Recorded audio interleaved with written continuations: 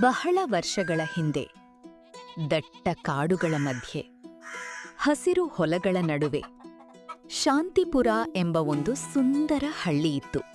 ಆದ್ರೆ ಆ ಶಾಂತ ಹಳ್ಳಿಯ ಹತ್ತಿರ ಒಂದು ರಹಸ್ಯ ಇತ್ತು. ಹಳ್ಳಿಯ ಗಡಿಯಲ್ಲಿರುವ ಆ ಕಾಡಿನ ದ್ವಾರದಲ್ಲಿ ಒಂದು ವಿಚಿತ್ರ ಶಿಲೆ ನಿಂತಿತ್ತು. ಅದು ಸಾಮಾನ್ಯ ಕಲ್ಲಲ್ಲ, ಅದೊಬ್ಬ ಮನುಷ್ಯನ ರೂಪದಲ್ಲಿತ್ತು. ಅವನ ಕಣ್ಣುಗಳು, ಮುಖದ ಭಾವ ಇವೆಲ್ಲವೂ ಜೀವಂತವಾಗಿದ್ದಂತೆ ಕಾಣುತ್ತಿತ್ತು.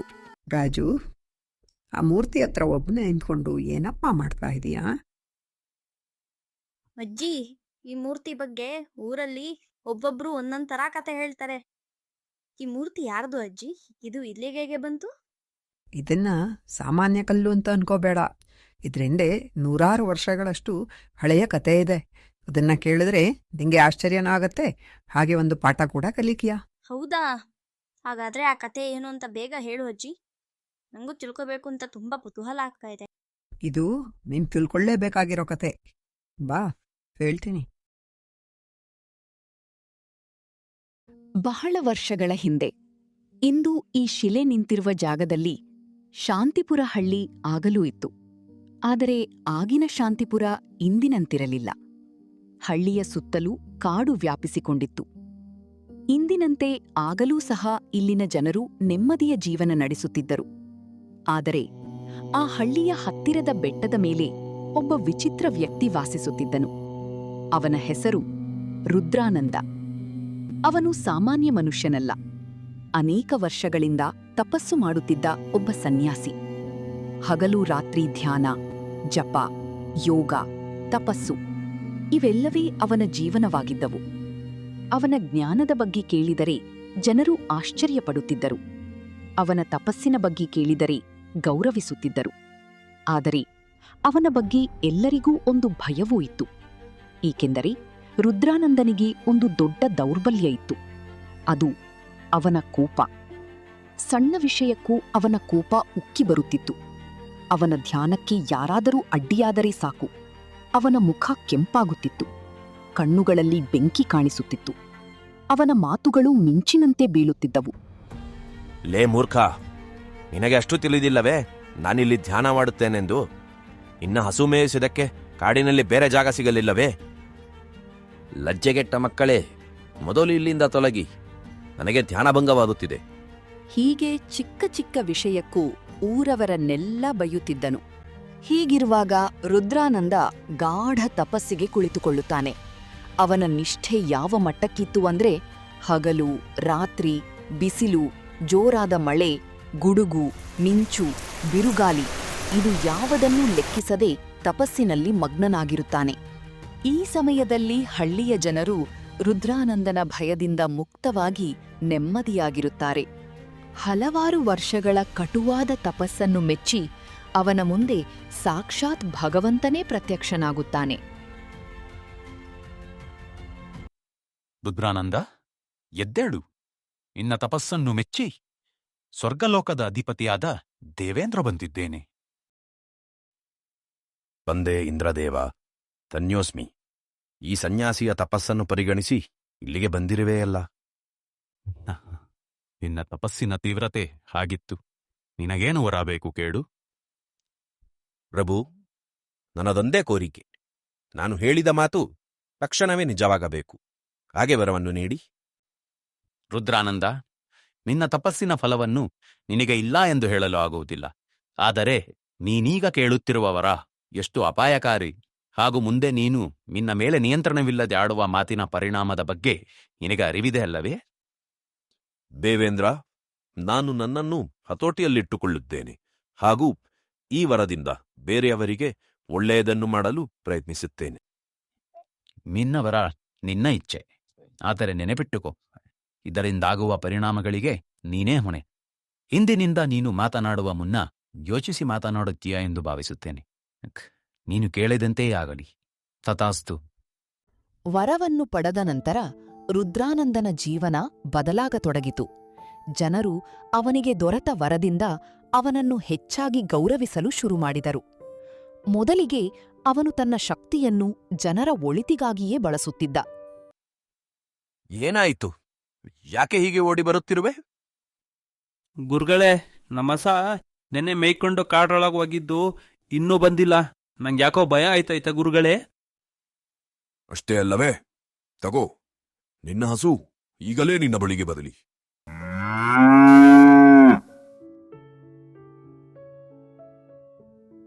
ಗುರುಗಳೇ, ಗುರುಗಳೇ, ನನ್ನ ಹಸ ನೀವು ಹೇಳಿಕ್ಕಿಂತ ನನ್ನ ಹತ್ರ ಬಂದ್ಬಿಡ್ತಲ್ಲ ಗುರುಗಳೇ. ನಿಜವಾಗ್ಲೂ ನೀವು ಪವಾಡ ಪುರುಷರು, ನೀವು ದೇವ್ರ ಸಮ ಗುರುಗಳೇ. ಉಪಕಾರ ಆಯ್ತು. ನಂತರ ಒಮ್ಮೆ ಶಾಂತಿಪುರದಲ್ಲಿ ಮಳೆಯಿಲ್ಲದೆ ಬರಗಾಲ ಉಂಟಾಗುತ್ತದೆ. ಗುರುಗಳು ಬಂದ್ರು, ಅವ್ರ ಹತ್ರನೇ ಕೇಳೋಣ. ಏಕೆ ಎಲ್ಲರೂ ಚಿಂತೆಯಲ್ಲಿರುವಂತೆ ಕಾಣುತ್ತಿರುವಿರಿ? ಏನಾದರೂ ತೊಂದರೆ? ನನ್ನಿಂದೇನಾದರೂ ಸಹಾಯ ಬೇಕೆ? ಗುರುಗಳೇ, ನೀವೇ ನೋಡ್ತಾ ಇದ್ದೀರಾ, ತಿಂಗಳುಗಳಿಂದ ಮಳೆ ಇಲ್ಲದೆ ಭೂಮಿ ಒಣಗಿ ಬಾಯ್ಬಿಟ್ಟಿದೆ. ಹೀಗೆ ಆದರೆ ನಾವು ಏನು ಅಂತ ಉಳುಮೆ ಮಾಡೋದು? ಹೀಗೆ ಆದರೆ ನಮ್ಮ ದನ ಕರೆಗಳಿಗೆ ಏನು ಅಂತ ನೀರು ಕುಡಿಸೋದು? ಹೇಗೆ ಜೀವನ ಮಾಡೋದು? ಮಳೆ ಇಲ್ಲದೆ ತುಂಬ ಕಷ್ಟ ಆಗ್ಬಿಟ್ಟಿದೆ ಗುರುಗಳೇ, ಏನಾದರೂ ಸಹಾಯ ಮಾಡಿ. ನಿಮ್ಮ ಕಷ್ಟ ನನಗೆ ತಿಳಿಯುತ್ತದೆ. ನಿಮ್ಮ ಕಷ್ಟವನ್ನು ಈಗಲೇ ಶಮನ ಮಾಡುತ್ತೇನೆ. ಈ ಕ್ಷಣವೇ ಮಳೆ ಸುರಿಯಲಿ.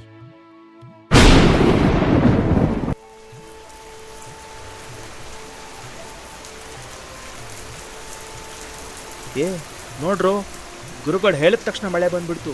ಗುರುಗಳೇ, ನೀವು ಸಾಮಾನ್ಯ ಅಲ್ಲ, ನೀವು ನಮ್ಮ ಪಾಲಿನ ದೇವರು, ಇಡೀ ನಮ್ಮ ಹಳ್ಳಿಗೆ ದೇವರು. ಹೀಗೆ ದಿನಗಳು ಉರುಳಿದವು. ರುದ್ರಾನಂದನ ವರದಿಂದ ಹಳ್ಳಿಯ ಜನರ ಬದುಕು ಸುಖಮಯವಾಯಿತು. ಕೃತಜ್ಞತೆಯಿಂದ ಜನರು ಅವನನ್ನು ಪೂಜಿಸಲು ಆರಂಭಿಸಿದರು. ಅವನಿಗೆ ದೇವರ ಸ್ಥಾನ ನೀಡಿದರು. ಆ ಗೌರವ, ಆ ಭಕ್ತಿ, ಆ ಹೊಗಳಿಕೆ ನಿಧಾನವಾಗಿ ರುದ್ರಾನಂದನ ಮನಸ್ಸಿನಲ್ಲಿ ಅಹಂಕಾರವನ್ನು ಹುಟ್ಟಿಸಿತು. ತನ್ನ ಶಕ್ತಿಯ ಬಗ್ಗೆ ಅವನಿಗೆ ಹೆಮ್ಮೆ ಮೂಡಿತು. ಅದರೊಂದಿಗೆ ಬಹಳ ದಿನಗಳಿಂದ ಮಲಗಿದ್ದ ಅವನ ಕೋಪವು ಮತ್ತೆ ಎಚ್ಚರಗೊಳ್ಳತೊಡಗಿತು. ಹೀಗಿರುವಾಗ ಒಂದು ದಿನ ಹಳ್ಳಿಯ ಮಕ್ಕಳು ತಿಳಿಯದೆ ಅವನ ಗುಹೆಯ ಮೇಲೆ ಆಟವಾಡುತ್ತಿದ್ದರು. ಯಾರಲ್ಲಿ ಶಬ್ದ ಮಾಡುತ್ತಿರುವುದು? ಅಯ್ಯೋ ಗುರುಗಳು, ದುಷ್ಟ ಮಕ್ಕಳೇ, ಕೆಳಗಿಳಿಯಿರಿ. ಕ್ಷಮಿಸಿ ಗುರುಗಳೇ, ನಮ್ಗೆ ನೀವಿರೋದು ಗೊತ್ತಿರ್ಲಿಲ್ಲ. ಅದಕ್ಕೆ ನಿಮಗೆ ಹಳ್ಳಿಯಲ್ಲಿ ಅಷ್ಟೊಂದು ಜಾಗ ಇರುವಾಗ ಆಟ ಆಡುವುದಕ್ಕೆ ನನ್ನ ಗುಹೆ ಬೇಕಾಗಿತ್ತೆ? ತಪ್ಪಾಯ್ತು ಅಂತ ಹೇಳದ್ನಲ್ಲ ಗುರುಗಳೇ, ಇನ್ಮೇಲೆ ಬರೋದಿಲ್ಲ ಬಿಡಿ. ಏ ಬಾಲಕ, ನನಗೆ ಎದುರುವಾದಿಸುತ್ತೀಯಾ? ಅಯ್ಯ, ನಾನೇನಂದೆ? ಆಯ್ತು, ಇನ್ಮೇಲೆ ಬರಲ್ಲ ಅಂತಂದೆ. ಏ ಬಾಲಕ, ನನಗೆ ಎದುರು ಮಾತನಾಡುತ್ತೀಯಾ? ಈ ನಿನ್ನ ಮಾತಿನಿಂದ ತಾನೆ ನೀನು ನನಗೆ ಎದುರುವಾದಿಸುತ್ತಿರುವುದು. ಇಂದಿನಿಂದ ಒಂದು ವಾರ ನಿನಗೆ ಮಾತು ಬರದಂತಾಗಲಿ.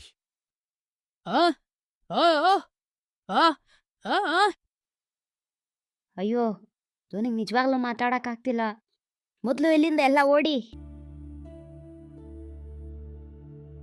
ಇನ್ನೊಂದು ದಿನ ರುದ್ರಾನಂದ ಕೆರೆಯ ಬಳಿ ಸ್ನಾನಕ್ಕೆ ಹೋಗಿರುವಾಗ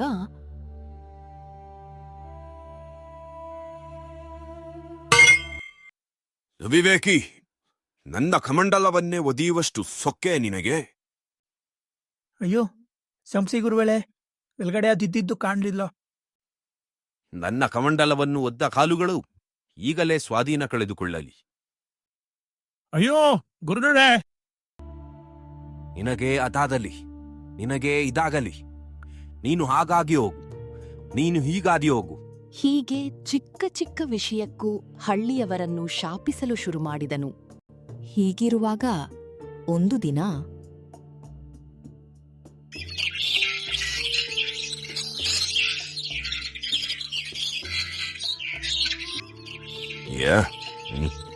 ಯಾರಲ್ಲಿ ಸದ್ದು?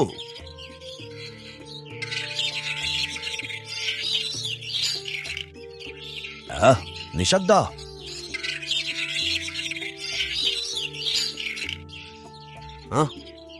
ನಾನು ಸುಮ್ಮನಿರಲು ಹೇಳಿದರೂ ಶಬ್ದ ಮಾಡುವಷ್ಟು ಅಹಂಕಾರವೇ ನಿಮಗೆ? ಓ, ಜೋಡಿ ಹಕ್ಕಿಗಳು.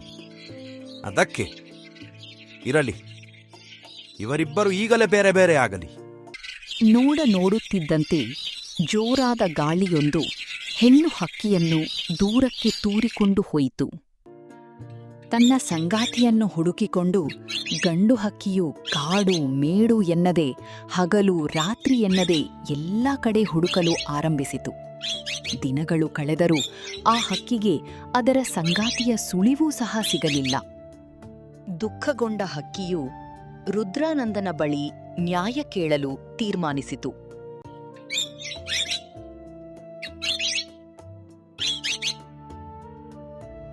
ಇದ್ಯಾವ ಹಕ್ಕಿ ನನ್ನ ಬಳಿ ಏನು ಮಾಡುತ್ತಿದೆ?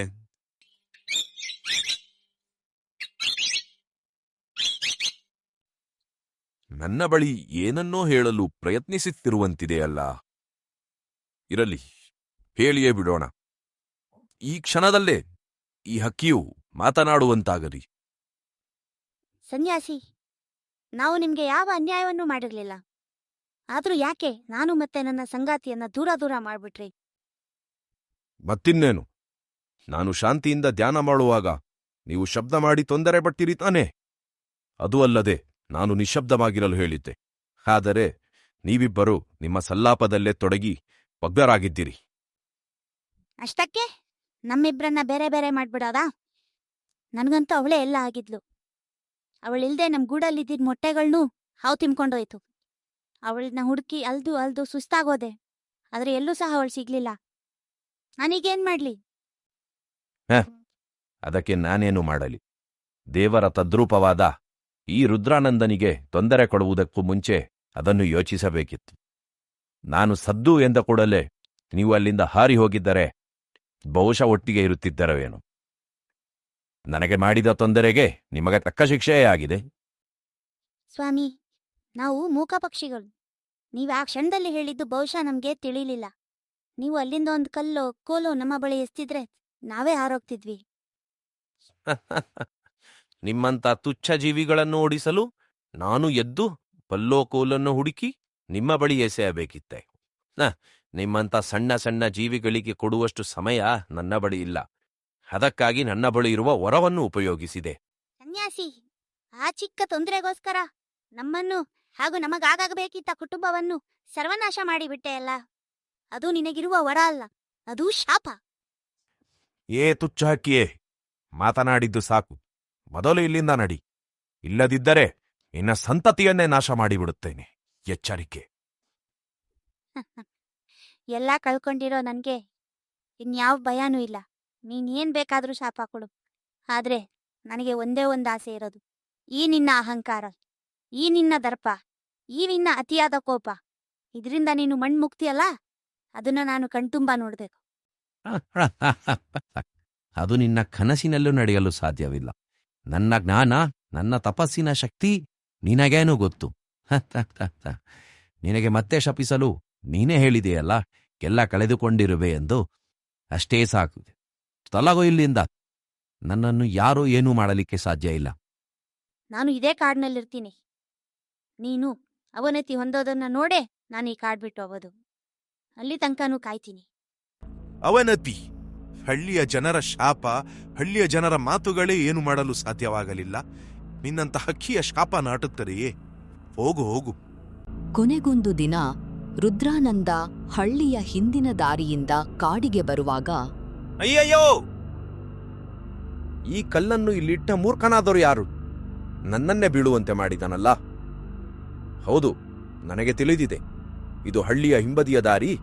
ಇಲ್ಲಿಂದ ಕಾಡಿಗೆ ಜನರು ಅಷ್ಟಾಗಿ ಸಂಚರಿಸುವುದಿಲ್ಲ ಎಂದು. ಆದರೆ ನನಗೇನಾಗಬೇಕು? ನಾನು ರುದ್ರಾನಂದ, ಮಹಾತಪಸ್ವಿ. ನಾನು ಯಾವ ದಾರಿಯಲ್ಲಾದರೂ ಸಂಚರಿಸುತ್ತೇನೆ. ಇಡೀ ಹಳ್ಳಿಯೇ ನನ್ನದು. ಅಷ್ಟೇಕೆ, ಇಡೀ ಪ್ರಪಂಚವೇ ನನ್ನದು. ನಾನು ನಡೆಯುವ ಯಾವುದೇ ದಾರಿಯಾಗಲಿ ಅದರಲ್ಲಿ ಅಡೆತಡೆ, ಕಲ್ಲು ಮುಳ್ಳು ಏನೂ ಇರಬಾರದು. ಹಾಗಿರುವಾಗ ನನ್ನಂಥವನನ್ನು ಯಕಚ್ಚಿತ್ತೊಂದು ಕಲ್ಲನ್ನು ನಿಲ್ಲಿಸಿ ಬೀಳಿಸಿಬಿಟ್ಟನಲ್ಲ. ಛೇ! ತಲೆ ತಗ್ಗಿಸಿಕೊಂಡು ನಡೆಯುವುದು ಸಾಮಾನ್ಯ ಮನುಷ್ಯರು, ನನ್ನಂಥವರಲ್ಲ. ನನ್ನನ್ನು ಬೀಳಿಸಿದವನಿಗೆ ತಕ್ಕ ಶಾಸ್ತಿ ಆಗಲೇಬೇಕು. ಯಾರು ಈ ಕಲ್ಲನ್ನು ಇಲ್ಲಿಟ್ಟಿದ್ದಾರೋ ಅವರು ಈ ಕ್ಷಣದಲ್ಲೇ ಸಂಪೂರ್ಣವಾಗಿ ಕಲ್ಲಾಗಿ ಹೋಗಲಿ. ಅಷ್ಟರಲ್ಲಿ ರುದ್ರಾನಂದನಿಗೆ ಕೆಲವು ವರ್ಷಗಳ ಹಿಂದಿನ ಒಂದು ಘಟನೆ ನೆನಪಾಯಿತು. ಬಾಡಿನೊಳಗೆ ಹೋಗುವ ಮುನ್ನ ಈ ಕಲ್ಲನ್ನು ಗುರುತಿಗಾಗಿ ಇಡುತ್ತೇನೆ. ಒಂದು ವೇಳೆ ತಪಸ್ಸಿಗೆ ಜಾಗ ಸಿಗಲಿಲ್ಲವೆಂದರೆ ತಿರುಗಿ ಹಳ್ಳಿಗೆ ಹೋಗಲು ಈ ಕಲ್ಲಿನ ಗುರುತು ಸಹಾಯ ಮಾಡುತ್ತದೆ. ಅದನ್ನು ಇಟ್ಟಿದ್ದು ಆದರೆ ಅರಿವಾಗುವಷ್ಟರಲ್ಲಿ ಸಮಯ ಮೀರಿ ಹೋಗಿತ್ತು. ಅವನು ನಿಂತ ಸ್ಥಳದಲ್ಲೇ ಕಲ್ಲಾದನು. ಅಯ್ಯೋ, ಕಲ್ಲಾಗಿ ಹೋದೆನಲ್ಲ. ನನ್ನ ದೇಹದ ಯಾವುದೇ ಭಾಗವನ್ನು ಅಲುಗಾಡಿಸಲು ಆಗುತ್ತಿಲ್ಲವೇ?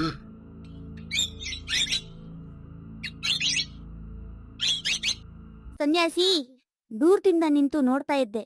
ನೀನ್ ಬಿದ್ದಿದ್ ನೋಡಿ ಮನ್ಸಿಗೆ ಸ್ವಲ್ಪ ಖುಷಿಯಾಗಿತ್ತು. ಆದ್ರೆ ನೀನ್ ಈ ತರ ಕಲ್ಲಾಗಿದ್ದಿದ್ ನೋಡಿ ತುಂಬಾನೇ ಖುಷಿ ಆಯ್ತು. ನನ್ನನ್ನ ಏನಂತ ಹೇಳಿದ್ದೆ? ತುಚ್ಚ ಹಾಕಿ ನನ್ನ ಶಾಪ ತೊಟ್ಟೋದಿಲ್ಲ ಅಂತೆಲ್ಲ ಹೇಳಿದ್ದೆ ಅಲ್ಲ. ಆದ್ರೆ ಒಂದ್ ನೆನ್ಪಿಡ್ಕೊ, ಇವತ್ತು ತಟ್ಟಿದ್ದು ನಂದು ಅಥವಾ ಹಳ್ಳಿಯವ್ರದು ಅಥವಾ ನನ್ನ ಸಂಗಾತಿದೋ ಶಾಪ ಅಲ್ಲ, ನಿನ್ನ ಶಾಪನೇ ನಿನಗ್ ತಪ್ಪಲ್ಲ ಸನ್ಯಾಸಿ. ಅವತ್ತು ನಿನ್ನೆ ಗುಹೆ ಬಳಿ ಶಬ್ದ ಮಾಡಿದ್ವಿ ಅನ್ಬಿಟ್ಟು ಅಷ್ಟು ದೊಡ್ಡದಾಗಿ ಶಾಪ ಕೊಟ್ಟು ನಮ್ಮಿಬ್ಬರನ್ನ ಬೇರೆ ಮಾಡಿದೆ. ಇವತ್ತು ಒಂದು ನಿನ್ ತಲೆ ಮೇಲೆ ಕೂತ್ಕೋತೀನಿ. ಏನ್ ಮಾಡ್ತೀಯ? ಏನೂ ಮಾಡೋದಿಕ್ಕಾಗೋದಿಲ್ಲ. ಯಾಕೆಂದ್ರೆ ನೀನೀಗ ಬರೀ ಒಂದು ಕಲ್ಲು.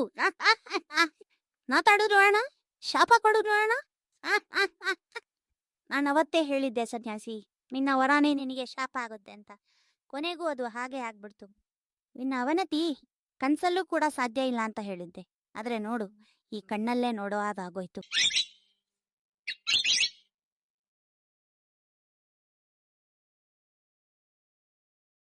ರುದ್ರಾನಂದ, ನಾನು ನಿನಗೆ ನಿನ್ನ ವರದ ಬಗ್ಗೆ ಅಂದೇ ಎಚ್ಚರಿಸಿದ್ದೆ.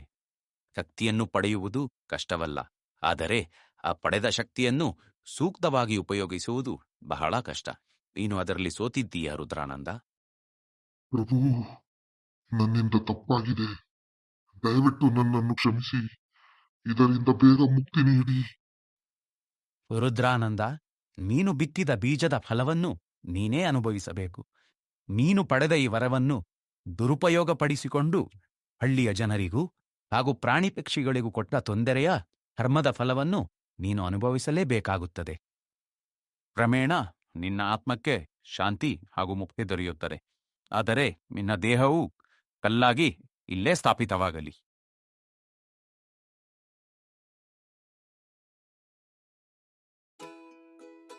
ರಾಜು, ಗೊತ್ತಾಯ್ತಲ್ಲಪ್ಪ ಈ ಕಲ್ಲಿನ ಕತೆ ಏನು ಅಂತ? ಅಜ್ಜಿ, ಗೊತ್ತಾಯ್ತು. ಆದ್ರೂ ಇಷ್ಟು ದೊಡ್ಡ ತಪಸ್ವಿ ಕೂಡ ಅಂತ ತಪ್ಪು ಮಾಡ್ಬೋದಾ ಅಜ್ಜಿ? ಮನುಷ್ಯ ಅಂದಮೇಲೆ ತಪ್ಪು ಮಾಡೋದು ಸಹಜ ಮೊಮ್ಮಗನೆ. ಆದರೆ ರುದ್ರಾನಂದನ ತಪ್ಪನ್ನ ಅವನು ಸರಿಪಡಿಸ್ಕೊಳ್ಳೋಕ್ಕೆ ಅವನ ಅಹಂಕಾರ ಬಿಡಲಿಲ್ಲ. ನನಗೇನು ಗೊತ್ತಾಯ್ತು ಅಂದ್ರೆ, ಅವನ ಕೋಪನೇ ಅವನಿಗೆ ಶಾಪವಾಯಿತು ಅಂತ. ಈ ರುದ್ರಾನಂದನ ಕಲ್ ನೋಡಿದ್ರೆ ನಂಗೆ ಹಾಗೆ ಅನ್ಸೋದು. ಒಂದಂತೂ ಕಲ್ತ್ಕೊಂಡೆ ಅಜ್ಜಿ, ಇನ್ಮೇಲೆ ಎಷ್ಟೇ ದೊಡ್ಡವನಾದ್ರೂ ಏನೇ ಆದ್ರೂ ಅಹಂಕಾರ ಬೆಳೆಸ್ಕೊಳ್ಳೋದಿಲ್ಲ, ಮತ್ತೆ ಚಿಕ್ಕ ಚಿಕ್ಕ ವಿಷಯಕ್ಕೆ ಯೋಚನೆ ಇಲ್ಲದೆ ಕೋಪನೂ ಮಾಡ್ಕೊಳ್ಳೋದಿಲ್ಲ. ಜಾಣ ಮರಿ, ನಾವೆಲ್ಲ ಈ ಪಾಠ ಕಲಿಬೇಕು ಅಂತಾನೆ ಆವತ್ತು ಇಂದ್ರದೇವ ಈ ಕಲ್ಲನ್ನ ಇಲ್ಲೇ ನೆಲೆ ಆಗ್ಲಿ ಅಂತ ಹೇಳಿದ್ದು. ನಾವು ಕಲ್ತಿರೋ ಪಾಠನ ನಮ್ಮ ಜೀವನದಲ್ಲೂ ಅಳವಡಿಸ್ಕೋಬೇಕು. ರಾಜು, ಕತೆ ಕೇಳಿದ್ದಾಯ್ತಲ್ಲ, ಕತ್ಲಾಯ್ತು, ಬಾ ಮನೆಗೆ ಹೋಗೋಣ. ರುದ್ರಾನಂದನ ಬಳಿ ಜ್ಞಾನವಿತ್ತು, ಅಪಾರ ತಪಸ್ಸಿನ ಶಕ್ತಿ ಇತ್ತು, ದೇವರು ನೀಡಿದ ವರವೂ ಇತ್ತು. ಆದರೆ ತನ್ನ ಕೋಪವನ್ನು ನಿಯಂತ್ರಿಸುವ ಶಕ್ತಿ ಮಾತ್ರ ಅವನ ಬಳಿ ಇರಲಿಲ್ಲ. ಈ ಕಥೆ ನಮಗೆ ಒಂದು ಮಹತ್ವದ ಪಾಠವನ್ನು ಕಲಿಸುತ್ತದೆ. ಹೊರಗಿನ ಶತ್ರುಗಳನ್ನು ಜಯಿಸುವುದು ದೊಡ್ಡ ಸಾಧನೆಯಲ್ಲ.